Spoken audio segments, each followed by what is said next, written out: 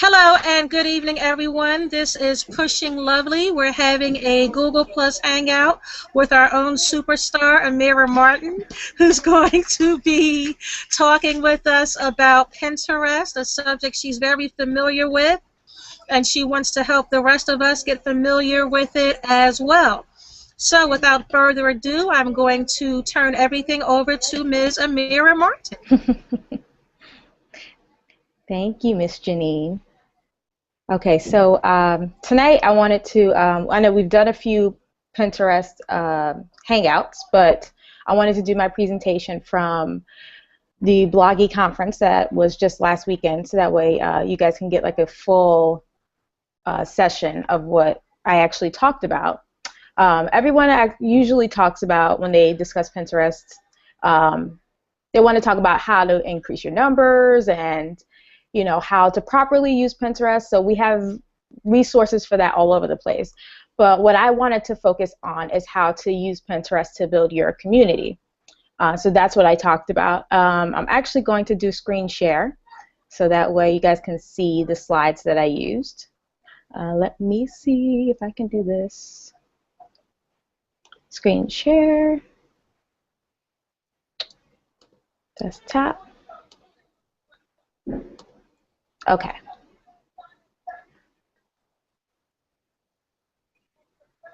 Now let's get this going here. Okay, there we go. So using Pinterest to build a community. We don't see it yet, Amiyrah. Oh, not yet. Hold on. Google Drive.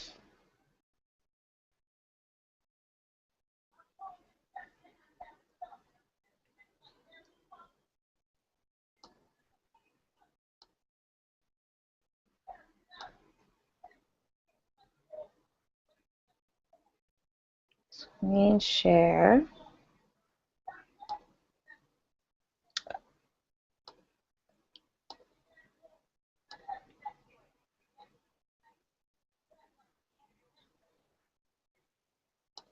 Okay, do you see it now? No, we don't.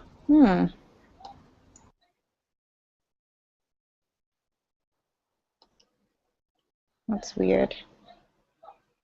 Okay, you see me. Yes, we do see you. Okay. Well, we see your headshot. Oh. Okay, so it might be my Wi-Fi.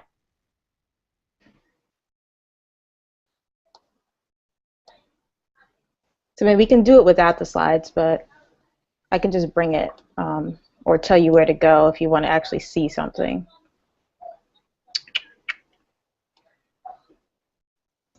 Yeah, that's fine. I mean, you're a descriptive talker. All right, yeah, it's being weird because I can see it down in my little thumbnail down at the bottom, but it's not coming up in the actual Google Plus Hangout. But that's okay. I'll put in a link to the slides in the group, and then anybody that's watching that's outside of our group, we can just give them the link to that too, but it's not that big of a deal. Okay, Pinterest at a glance. So Pinterest is basically the Google of beautiful things. People want to go there and they want to learn and interact, and it's usually for people that are visual learners. They're the ones that are more attracted to Pinterest, but anybody can use it. It easily categorizes interests and your favorites, and it's a great atmosphere to share your favorite things that have to do with fashion or recipes, your quotes, ideas, travel. Travel's very good in Pinterest as well. So the big question is, what type of blogger should be using Pinterest? And the answer is all bloggers need to be using it. Pinterest provides an outlet for a new audience to view your writing, and it also allows your current readers to get to know you a little bit better through your pins on special boards that you are dedicating to your hobbies and your interests. The big secret to succeeding on Pinterest is to pin everything. I know a lot of people are, if you're a humor writer or you kind of treat your blog more like a diary, you may think that you shouldn't be pinning anything. But you want to make sure that you have some type of visual representation of that blog post in every post, and you want to pin that. You never know what pin will bring someone to your writing. So by making that little extra effort, you're giving a visual learner or somebody that connects visually a chance to connect with you and actually come and read your writing. So you should try to pin every single post you create. You want to do posts and make sure that they have pictures that connect the readers to your writing that may start out as a visual learner, as I mentioned. And if you can't find a picture for your post, the best way to handle that is to create one by putting the title of your post with a border around it. And that's an easy way to do it. Or you could also take one of your favorite quotes from inside that blog post and put it in, just do a blank white button. You can Google that. You'll find blank button. And then you put it in PicMonkey. You put the best quote or something that really will pull someone into that blog post into some type of writing. Of course, I would say pick a font that's similar to a font to the one that's used on maybe your header in your blog post, just so everything kind of blends together. And you just use that. That works perfectly. You just want to bring someone into the post, so that's a great way to do that. Another way to make just an easy pinnable picture is to use your own pictures of nature or anything that you've taken pictures of with either your smartphone or your point-and-shoot camera. Those work well as pictures to represent blog posts as well. You can easily put some type of writing on that picture by using PicMonkey, and make sure you have a watermark or something that tells them where your website is, and there you go. That's a pinnable picture. You can also pin your videos. Pinning videos is, I know a lot of people think it's kind of hit or miss, but I love to pin videos because if someone clicks on that pin, the video automatically plays. So that's one hit on your video and you didn't have to do anything. So just make sure you pin your videos. Usually if you can, make sure to create a good thumbnail on your videos. That's something we can discuss in another Google Hangout. But if you do a good thumbnail, that kind of represents a picture, quote unquote, on Pinterest. So people are more likely to actually click on that pin and have the video play. Now the anatomy of a good pin is pretty simple. You want to have an interesting or informative picture. You want to make sure there's a watermark on it, or at least put the actual website on there. So forhatsandfrugal.com is what I would put on mine. So that way, if your pen gets lost in the shuffle or somehow it doesn't end up connecting directly to the post that it's supposed to be going to, people can at least get to your website and search it that way. Speaking of direct pins, you want to make sure that your pin sends them directly to the blog post. Don't send them to your homepage. People will go to the homepage and they'll get upset because it's not to the blog post that they were expecting to read. And they may not come back, or they may not actually go through the trouble of searching for that blog post. So you want to make sure that it directly goes to the blog post. You want to make sure that it has a simple yet intriguing description. I know a lot of people like to write whole paragraphs in the descriptions, and that's nice, but you want to make sure that it's quick and that they get the gist of what they're about to click right away. You can make it funny, you can make it heartfelt, whatever you want to make it, or whatever the theme is of the blog post. Obviously that's what should be in your description, but by making it simple and intriguing and using keywords, we're going to talk about keywords later, you're more likely to have people click through on your pin rather than just repin it. You want to make sure that the pin is placed on the proper board, or 2 or 3, depending on what the topic is of the blog post. You could put it on 2 or 3 of your boards. We're going to talk about creating boards a little bit later too. And you want to make sure that it properly portrays the mood of the post. So if it's a melancholy post, you obviously wouldn't put up a picture of a cat doing something funny. Like, that doesn't fit. You want to give them a feeling of what's going to happen when they click through to read that post. Now, there is a two-step pinning process when it comes to putting up your posts. So when you put up your post, you want to make sure that you have pin my post on your social media list. We all have a list that we do when we're done with the blog post and we want to get it out there, but you need to make sure that's on your list. A lot of people, they think of Pinterest as an afterthought. Usually when they're going on Pinterest, they're like, oh shoot, I didn't pin my, my post from last week. If you have it on your list, it's easy to take care of it right away. So every time you go to tweet about your post, you go to Facebook, you go to G+, make sure you pin it too. You want to make sure that your pin it or your Pinterest button is visible on your blog. I say to have it close to the end, because by the end, if somebody reads something, they'll want to pin it and share it with their friends. But you can they have those plugins now where if you hover over the picture, you can click it and have it be pinned on your Pinterest account. But I say make sure that it's prevalent, make sure it's somewhere where people can see it. There are lots of tutorials on how to add those, so I actually have a few links at the end of this. If you need help with that or you want the links, I can make sure I get those to you. And it's very easy. I did my own. It's easy to do. It's not hard at all, either for Blogger or WordPress. So when you pin, you want to make sure you pin your post to the designated blog board and to a board that pertains to the topic of the post. Now, your designated blog board, this is very important. You want to have a blog board or a Pinterest board that's dedicated to your blog post only. This is a great way to kind of keep tabs of what you write about. It's also a great way to see what things are being pinned the most and kind of figure out what you should be writing about to get more people to pin your material. And you can see directly what your community loves about your website because they'll pin the ones that they love.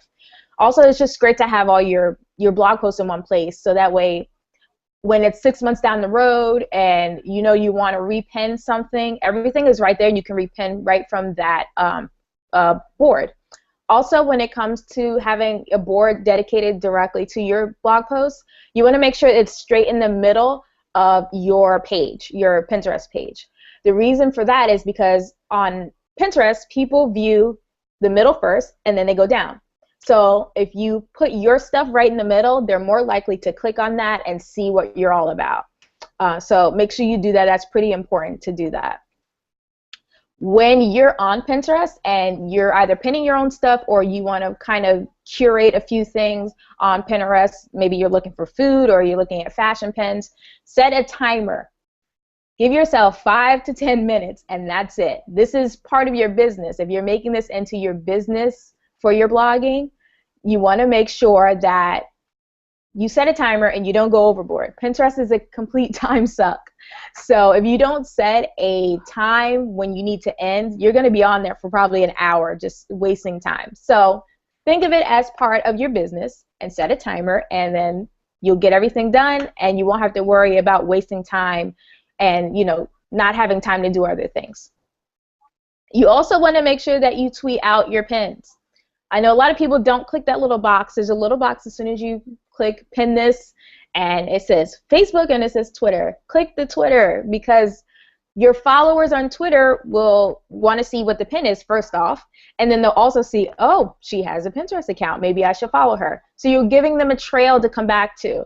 I don't say don't pin all of your pins. Obviously, you want to pick the best ones. Maybe pick the ones that are actually your blog posts, or a pin that really resonates with you, that your community would benefit from. Like I would pick something that has to do with frugality or has to do with dealing with your personal finance in a simple way. Those are things that I would tweet out, through Pinterest. So you want to kind of bring them back to you in that aspect, and you're basically you're covering all your bases. So if you have a community that doesn't follow you on Pinterest, but you have them on Twitter, they'll want to come and actually see what your Pinterest is all about. So that's a great way to do it. You want to add the picture from your pin in a Google Plus status update, and then place the link in the pin, like right under the comments. Basically what we do on Facebook now, you want to do that on Google Plus. Now, the reason why you want to do this is Google Plus is directly connected to Google. So anything you put on your Google Plus account, it's going to be raised up a little bit higher in the search.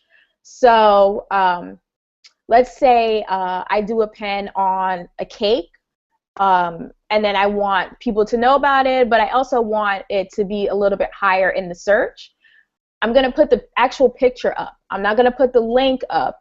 The picture does a lot, a lot better on Google Plus than actually putting the link in for the actual pin. So more people will be able to, share it. I think it's share, right, and plus want it if you do that on Google Plus. So you want to make sure you're touching base there as well when it comes to Pinterest. Now, when you create boards, there's a few basics that you want to make sure you take care of. You want to have a designated board to your blog post only. I know I mentioned that. I think this is probably the third time I mentioned it because it's so important that you do it. You also want to create boards for things that interest you and topics that you talk about frequently on your site. This is going to be key to showing your community exactly what you love and what you're passionate about. It's another way to have them connect with you. So, I have one that's dedicated to Nutella. It's called Holy Nutella Fat Man, and that's my favorite board that I love to add to. So all of my followers that love Nutella as much as I do, they love that, and they follow that board. That's something that we connect with. A lot of people have their fashion boards and things like that, but some people have a board dedicated just to nails. And, you have those readers that are nail addicts like you and love their nail polish. That's a way that they're going to connect with you. They're already connected through your writing. It's a great way to just, kind of display your personality and give them a chance to say, well, she is just like me, or, he is just like me. You're giving them a chance to connect with you. And that's going to be a great thing to have when you're building a community because they'll be able to trust you. When it comes to creating boards, I like to say between 12 and 20 is a good number. Obviously, you can have 60 boards if you want to, but I say between 12 and 20 because you're going to either add to those eventually or you're going to join group boards, and your group boards will count towards the amount of boards that you have. So let's say you have 10 group boards that you're in, and you already had 20. That's 30 boards that your followers are going to be following.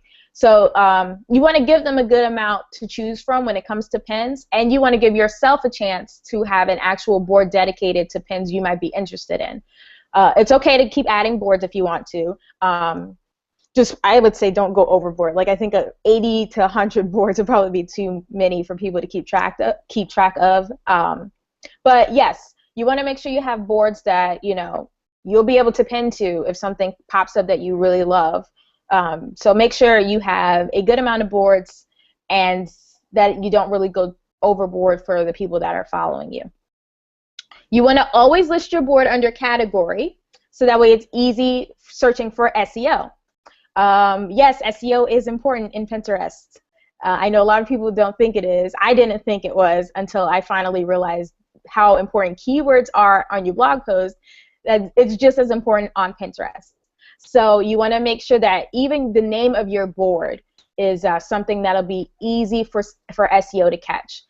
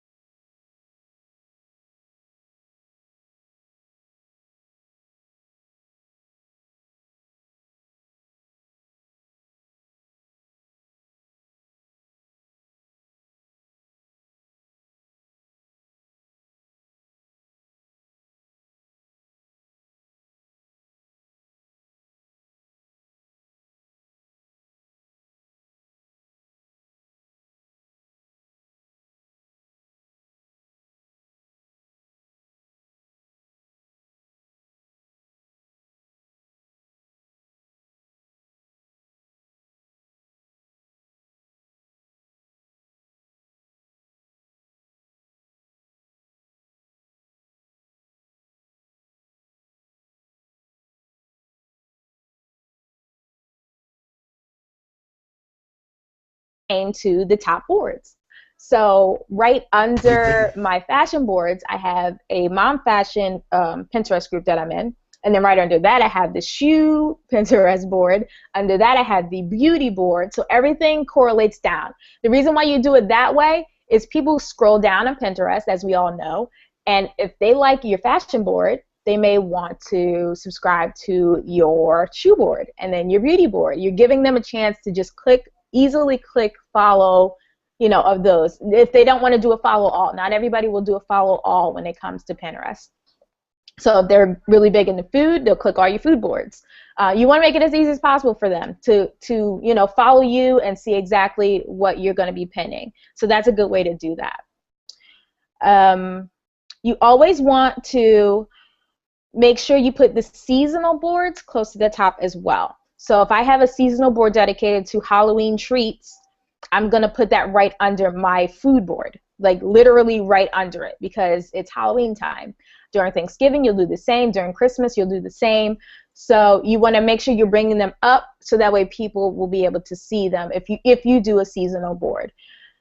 Also, if you do seasonal boards, make sure you're switching your boards out. So as soon as the next holiday comes up, kind of scoot them back down so that way, you have people staying on your actual Pinterest page and actually subscribing to that board because they may need ideas for Christmas. They may want to do like a DIY gift for Christmas. So you're giving them that chance by putting it right underneath. So again, you're making it as easy as possible for them. And you want to dedicate a board to your hobbies and your favorite things and show your personality. We mentioned that earlier. Okay, so let's talk about Pinterest and SEO. Yes, they work together. It's very important that we realize that. When you use SEO on Pinterest, you want to use keywords. Now, this is why I said earlier you want to kind of keep your descriptions in the description box short and sweet, basically. You want to use the keywords that pertain to whatever you're pinning about. So if you're pinning about a recipe, an apple recipe, make sure you're putting apple recipe in the actual description box. I know a lot of people are thinking about putting hashtags in. Now, there's nothing wrong with putting in a hashtag, but the rule of thumb for that is if the keyword is already in the description, there's no need to put it in a hashtag. So if the word is not in the description, then you have the prerogative to put in a hashtag so people can find them. Now, not many people search on Pinterest through a hashtag. They usually just put the actual word. So putting in a hashtag is kind of, it's not redundant, but if you don't have to do it, then don't do it. But if you want to make sure that a certain keyword is represented and it's not put into the actual description, use a hashtag and put in that word. You also want to make sure that your keywords are on your pictures. I see a lot of us are actually putting words on our pictures, which is a good thing. You want to, tell people exactly what's going on in whatever you're writing about. So when you do that on Google+, this is the cool thing about Google, they look at the picture. Like the actual bots look at the words in the picture, and that's how they find your keywords as well. So when you're searching on Pinterest, that's going to be a way that they're going to find your pin. And also when you're searching on Google, if they do a Google image search, that pin may come up because the words are actually on there. So the bots are now looking at the actual words on the picture. So that's another reason why you want to put keywords on a picture. Most people actually love to see words on pictures now. I don't know why. It's a new thing that people actually like that. But if you can, put exactly what's going on actually on the picture. And like we said, you want to make sure you have your website on there as kind of a watermark or however you want to do it. So if people search your website, either do a Google search or a Pinterest search, those pictures are more likely to come up as well. So it's important. Okay, I actually wanted to talk about one of my favorite things about Pinterest, and those are the secret boards. I call the secret boards the circle of life, because once you start using them, you can go through the steps and kind of bring it all back into fruition. So I'll tell you exactly how that works. So when you use a secret board, it's a great way to use them for your community to kind of give them something to look at all at once, or you can use them to your advantage when you're creating a curated post, et cetera, et cetera. So when you create a board, you're going to create a secret board that kind of touches on an upcoming subject or holiday or season. Like right now, people are putting up their Halloween boards. I actually created one in July, and I just put it up in September. So, and that was a secret board that whole time. I had it down there. I'd been curating to make sure that the links were working, and then I made it go live. So that's a great way to kind of have seasonal boards, but not show them off, right away. You can create a secret board and kind of build up and see which pins you want to include on that board. You want to fill the pins that are relevant and will be, relevant over the next month or two. So obviously you're going to release your board before the holiday. I would say either 6 weeks to 2 months before a holiday, because that's when people are really so adamant about pinning for a holiday. So that would be a good time to release it. So obviously, up until then, you're going to be pinning things that are relevant to the holiday or relevant to the topic that you want to talk about in that board. You want to use the pins to plan a curated post for your blog. This is my favorite thing ever. Curated posts are so wanted now, and we know that Brandy actually told us that curated posts are going to be a very big thing, I guess, for the next 6 months to a year. So by using your secret boards in order to actually make your curated posts is kind of genius. So you're able to put in pins that will relate to it. Let's say you do a DIY Christmas gifts board. So you're able to see which DIY projects will be good enough to share with your readers. You're also able to click through and make sure that each of those pins go directly to that project, and you're able to do all this before they even see it. So no one gets to see your mistakes, and if you don't like a pin, you can delete it. It's very easy to do it that way.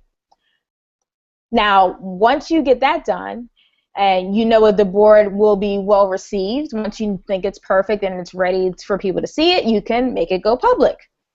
You're going to publish your curated posts, and then you're going to pin that curated post to the board that you made. Also, you're going to add a link to your board that you used to create the curated post at the bottom of the curated post. So that's where the circle of life comes from. So they're always going to come back to you. So if somebody pins that curated post, they'll come to the website, they'll see the link to the actual board, they'll go to the board, and they'll see all of those posts that you talked about right in the board, plus more, because you're going to continue to pin to it, during the holiday season. So they're going to really get a bonus. So that's a great way to use secret boards to your advantage.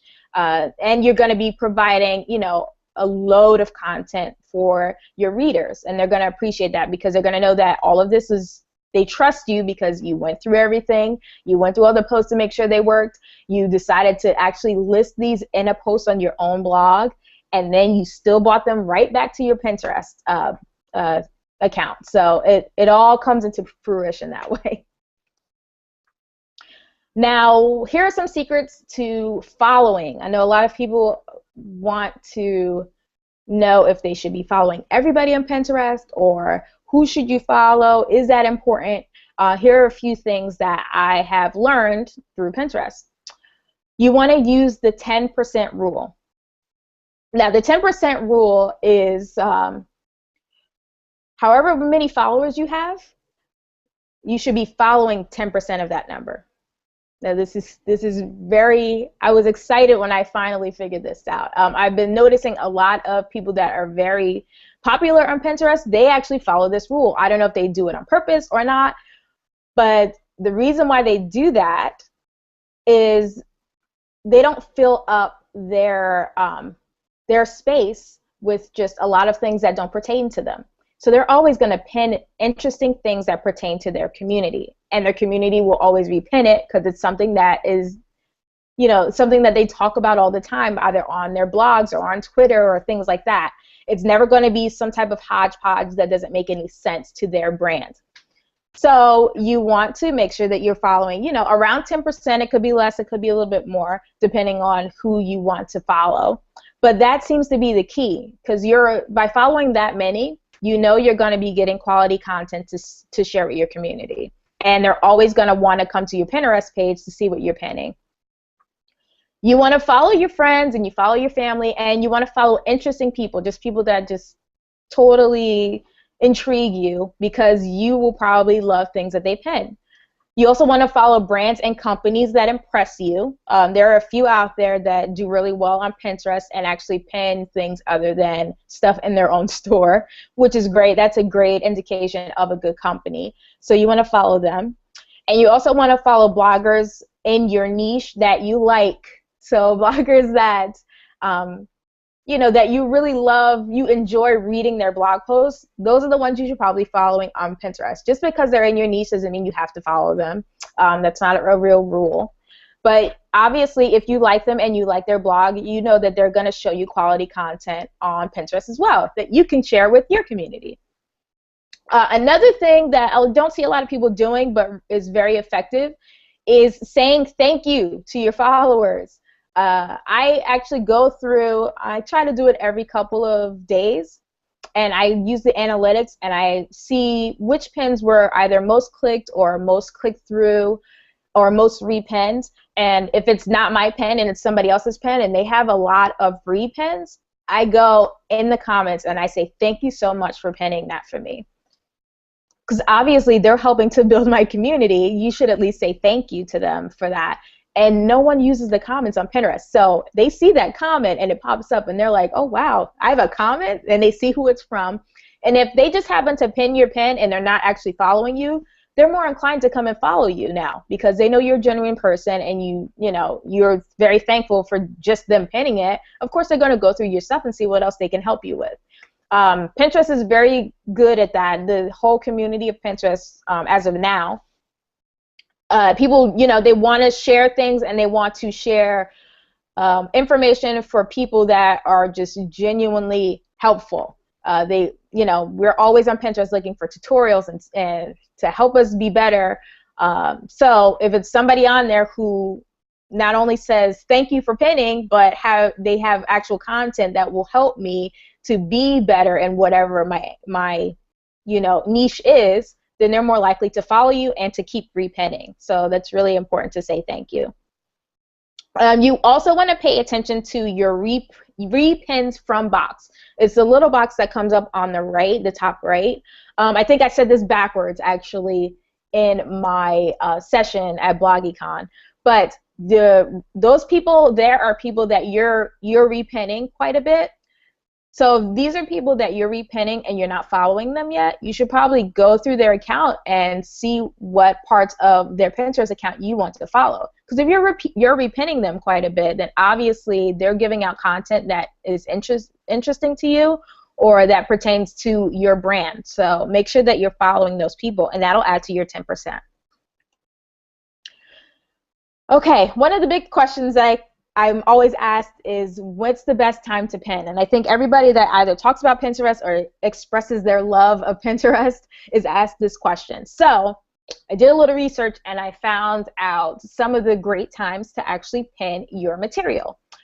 So you want to pin each day at 9:30 a.m. for your blogging friends to repin. Usually, you know, we're up. That's when we pin. We're either getting our blog posts out or, you know, we're on social media to see what we need to do there. So if they see your pin at 9:30, they're more likely to repin it to their followers. At 2 o'clock, you want to put up your pin for your followers to repin. 2 o'clock is, you know, that's usually after lunch and people kind of get a little bit lax if they're at work. That's when they're usually on Pinterest and they're more likely to pin your stuff to their friends. Now, the biggest time, if you can't do the first two, the biggest time is 9 p.m. Eastern Standard Time. That seems to be the time when things just take off. I actually did an experiment where I pinned somebody else's pin. It wasn't mine. It was a fashion pin. And I was like, I want to see how far this will go. So I pinned it at 9:05 p.m. And then by 9:35, I decided to check on it again. And it had gotten pinned 138 times within a half an hour.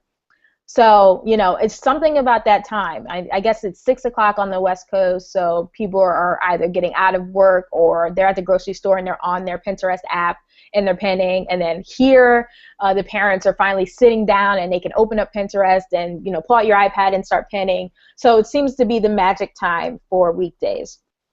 Now, if you can't pin all day, you can pin at 9 p.m. EST, you know, whenever you can. So if you can't do it every day, just try to make an effort to pin during that time, maybe 3 days a week or whatever you can do. That seems to be the magic time.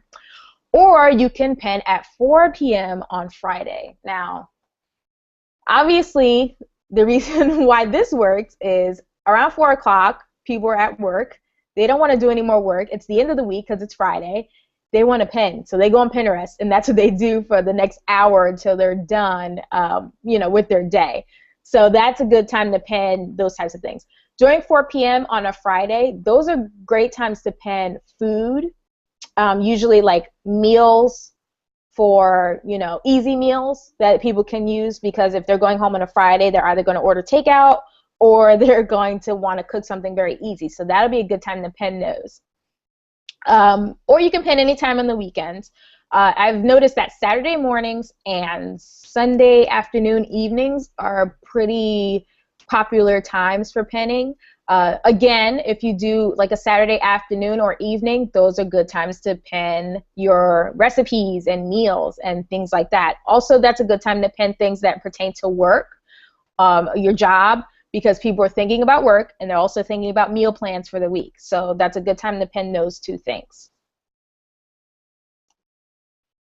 Now, here is just some sage advice to succeed on Pinterest and to help build your community. You want to verify your Pinterest account.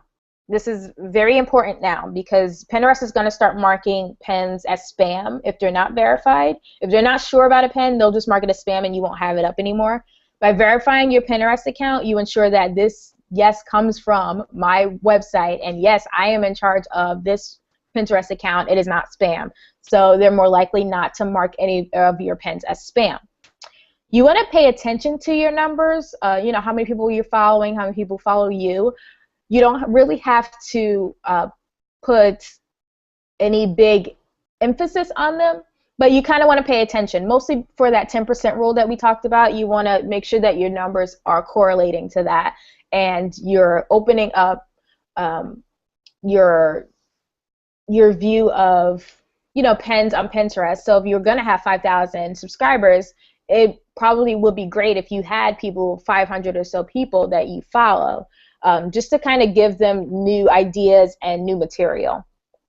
You also want to work on your community, not the stats. So don't worry about getting so many people to follow you on Pinterest. That isn't very important. What's important is that you are pinning and you are putting out quality content for them. Just like we want to put quality content on our blogs for our readers, you want to do the same in Pinterest. By doing that, that's how you're going to build up people that follow you and people that trust what you're pinning.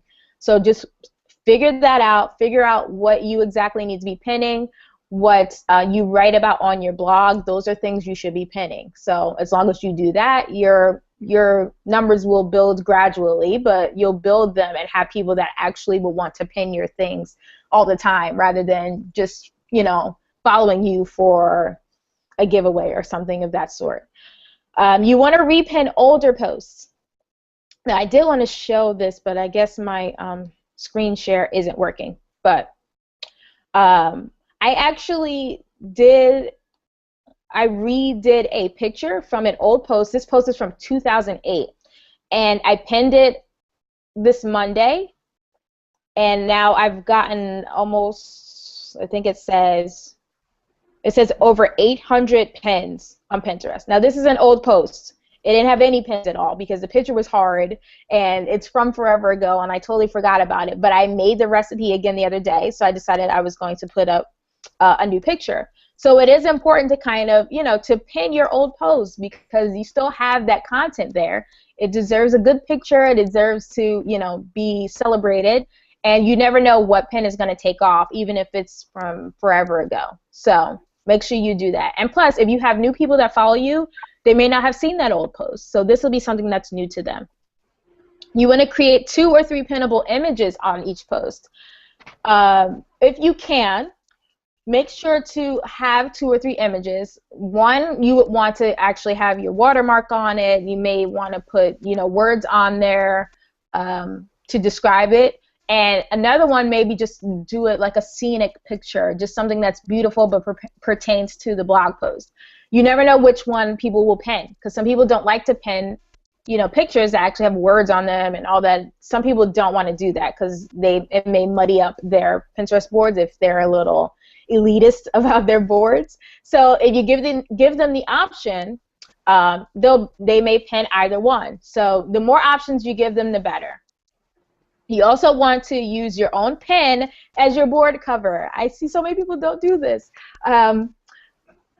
If you use your own pin, you're not only it's free advertisement, first off, and secondly, they'll see that pin and they'll want to open up that board and actually look for that pin. It may be a little bit farther down, so they may end up pinning a few other things on their way to finding that pin. And once they find it, it's your pin, so they've been looking for it, and they'll pin it. So always try to use as much free advertisement as you can from Pinterest. You want to rotate your covers and use a recent pin. So let's say you're using your own pin, and you're talking about travel. So you have up a pin, a picture of the last time you guys traveled, and maybe that was in the spring. But you've gone on another trip in the summer, and you blogged about that. You want to make sure you pin that to your travel board and use that picture as your new pin.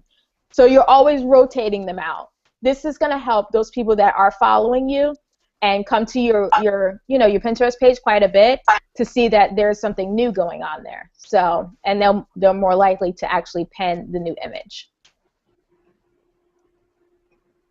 You want to join group boards. I know we do that. We have a group board for Pushing Lovely. But you also want to know what the rules are. So before you join a board, make sure that the owner of the board or the people that are in charge of it set your guidelines. So, you want to know if anyone can join the group board, or do they have to have certain restrictions, or do they have to be in a certain niche for blogging. You want to make sure those rules are set right when you start from the beginning. So that way, if you're comfortable with that, if you're comfortable with representing that on your Pinterest page, then you can join the group. If not, then don't join the group, because people are trusting you. They're trusting the pins that you're putting up.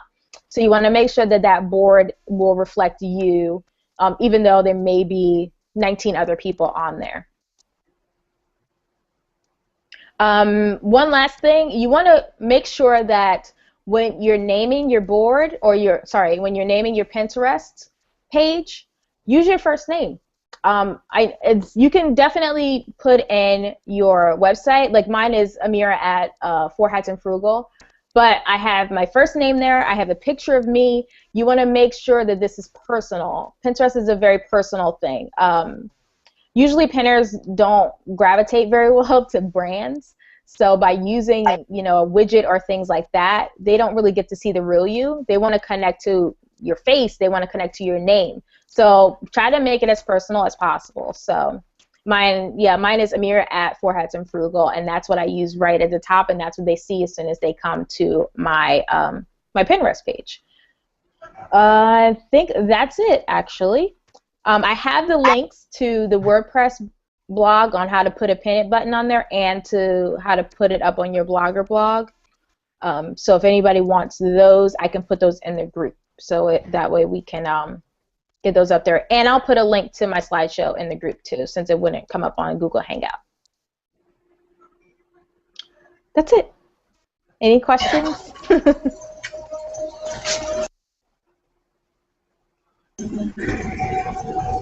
No? Okay. Well, I took a lot of notes, and I've tweeted out some information, so they're going to be getting you some people sending you questions, I'm sure, because once again, you gave us a lot of really good information. What I'm going to do now is end the broadcast, but I will not end the Hangout in case anybody does come up with some questions for you. Okay.